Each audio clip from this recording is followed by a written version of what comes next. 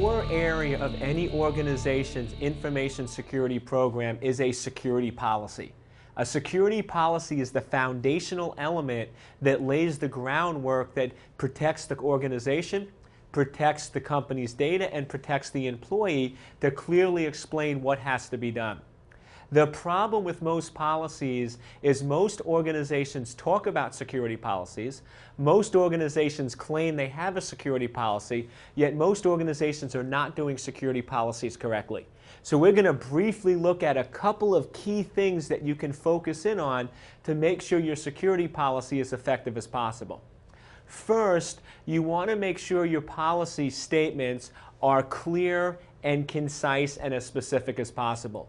It's very easy to write 3 paragraphs. It's very hard to write 1 sentence that conveys the same message.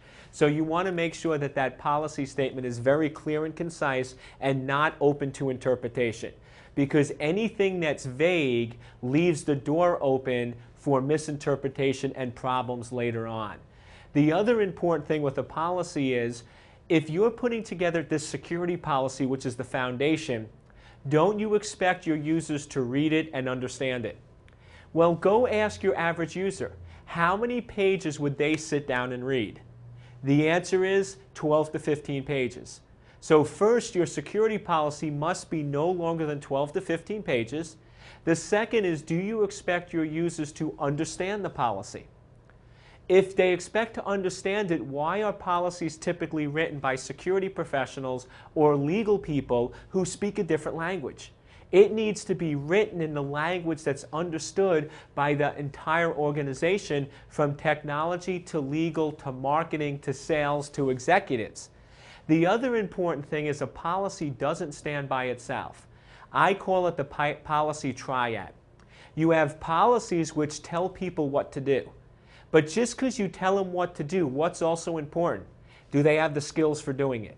So you want to make sure that you put training around your policy so that people have the skills to implement what you need them to do. Finally, just because somebody knows what to do and has the skills, they might not think it's important or understand the value, so therefore awareness is the third component. Awareness is meant to change behavior. So if you have individuals that say, I know I'm supposed to have a long password, but I don't care. It's not important, it's a pain, it's useless, then you need to put awareness where you focus on a specific area with the goal of changing someone's behavior. Well, in order to change their behavior, first you have to understand why they're not following the policy, why they don't think it's important, and second, you need to go in and have metrics to see whether your awareness is making a difference and changing the behavior and having the necessary results. So if you take a step back and look at your organization's policy, the quick tests are this. Is it 12 to 15 pages? Is it written in a language that everybody understands? Is there a training program and an awareness program around it to make sure that people have the skills and understand why it's important?